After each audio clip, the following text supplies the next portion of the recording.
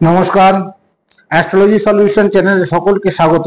আজ আমরা আলোচনা করব জন্মছকের প্রথম স্থান অর্থাৎ লগ্ন স্থানে যদি কারো বুধ অবস্থান করে তাহলে সেই ব্যক্তি কি শুভ বা অশুভ ফলগুলো পেয়ে থাকেন এবং এই অশুভ ফলগুলির কয়েকটি সহজ প্রতিকারের উপায় বলবো, যেগুলো আপনি ঘরে বসে নিজেই করতে পারবেন এবং এই অশুভ ফল থেকে আপনারা মুক্তি পেতে পারেন। সেগুলো কোনো জ্যোতিষের কাছে যেতে হবে না, কোনো তান্ত্রিকের কাছে যাওয়ার প্রয়োজন নেই, আপনি ঘরে বসেই এর প্রতিকারগুলো করতে পারবেন।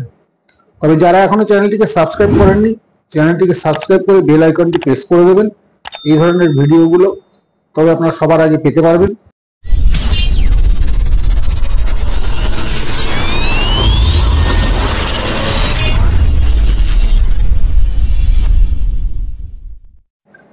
তবে আজকের আলোচনা শুরু করা যাক।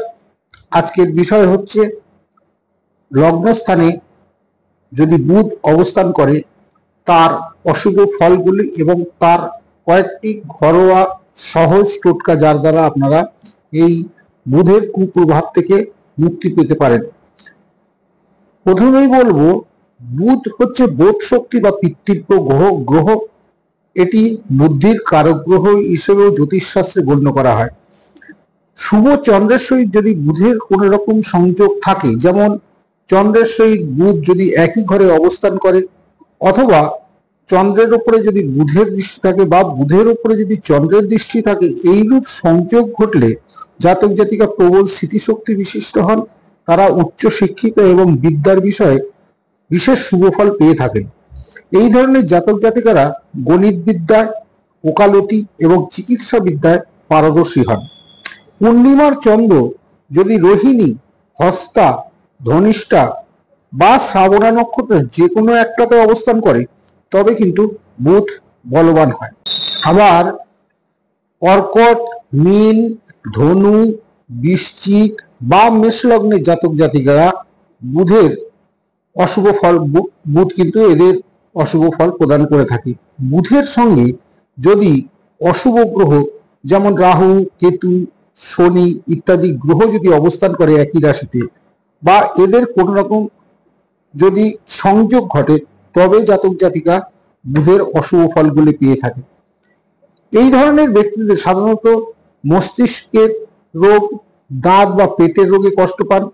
এরা সাধারণত কথা বলার ক্ষেত্রে জড়তা ভাব থাকে, অর্থাৎ এরা তোতলা প্রকৃতির হয়।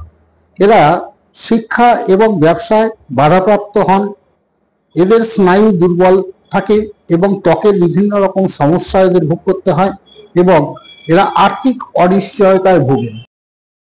এদের স্ত্রী হয় কিন্তু রুগ্ন প্রকৃতির। এইরকম অশুভ ফলগুলি প্রতিকারের জন্য কিছু লাল কিতাবের অভ্যর্থ ঘরোয়া টোটকাগুলি আজ আমরা বলবো, যেগুলো যদি আপনি পালন করতে পারেন তবে এই বুধের অশুভ প্রভাব থেকে অবশ্যই আপনি মুক্তি পাবেন। যেমন সাদা রঙের বস্ত্র ব্যবহার করবেন না। দ্বিতীয়ত হচ্ছে কারো উপকার বা দান গ্রহণ করবেন না। বিনামূল্যে বা ধারে কোনো জিনিস কারো থেকে নেবেন না। যতটা সম্ভব সত্যি কথা বলার চেষ্টা করুন। অবশ্যই গরিব দুঃখী বা মন্দিরে দান ধ্যান করুন, কিন্তু সেই দানের কথাটা গোপন রাখবেন।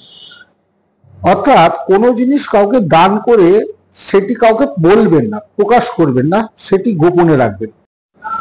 সবুজ পোশাক বা রুমাল ব্যবহার করুন। গরিব বা ব্রাহ্মণকে শাক সবজি, মুগ ডাল, কাপড়, পান এটা সবুজ জাতীয় জিনিস দান করুন।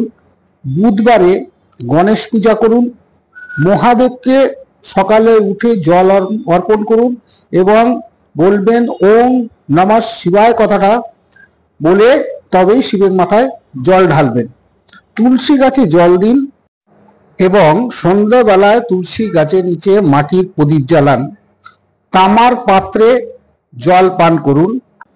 তবে অবশ্যই 100% বলা যায় আপনারা এই বুধের কুপ্রভাব থেকে অবশ্যই মুক্তি পাবেন।